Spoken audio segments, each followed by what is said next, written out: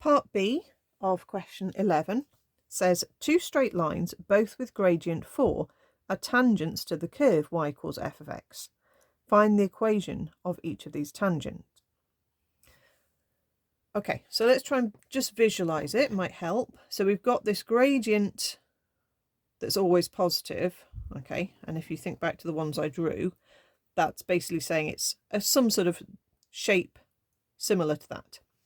There's going to be 2 points which have a gradient of 4, okay, maybe something like this, okay, and the tangent to the curve also will have the gradient of 4. Okay, so when you're talking about a curve, the gradient of the curve is the same as the gradient of the tangent to the curve. So remember we had dy by dx, let's write that down again. It was 3x squared minus 18x plus 28. What we need to do is figure out where these points are, and we're told they have gradient 4. So we're going to put 4 as the answer. 4 as the dy by dx value. Rather than subbing in a number for x, we're going to sub in a number for dy by dx and find when that happens. Okay, so now we can hop the 4 across and we get a quadratic that we can solve then by making a 0 on one side. So that's going to give us a plus 24 there. We can divide through by 3 and our quadratic becomes a bit nicer. So I'm allowed to divide through by a numerical factor when I'm actually solving an equation. Okay, I said on the part A, I wasn't allowed to get rid of the 3 when I was completing the square, but I wasn't solving an equation. It wasn't equal to anything. When I'm dealing with an equation, I can just quite happily divide through by 3. So I've got x squared minus 6x add 8. I'm just going to factorise that because I'm fairly sure it factorises with a 4 and a 2 and both minus signs, and just make sure that does work. Yes, that's fine. So therefore we've got x is 4 or x is minus 2.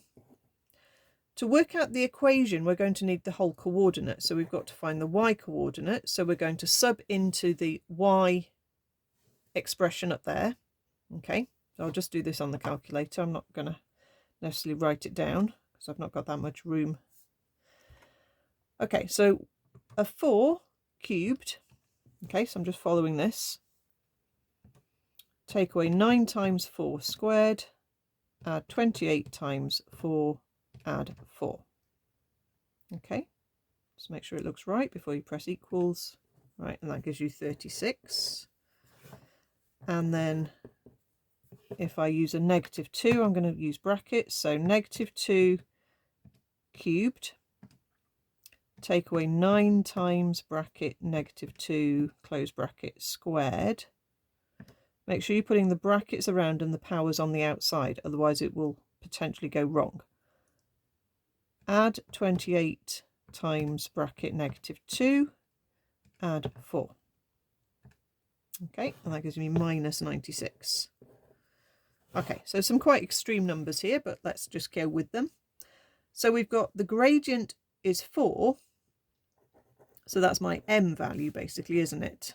When I do y minus y1 equals mx minus x1, I'll get y take away 36 is 4 bracket x take away 4.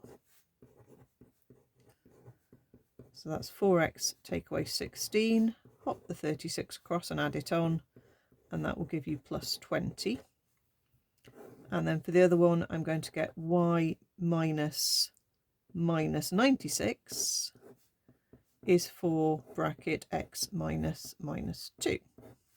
So that's y plus 96 is 4 lots of x plus 2, which is 4x plus 8. And then we can hop the 96 across and subtract. So 8 take away 96 is going to be, oh, I hate mental arithmetic, minus 88. Yeah. Far better at algebra than arithmetic. Embarrassing to say.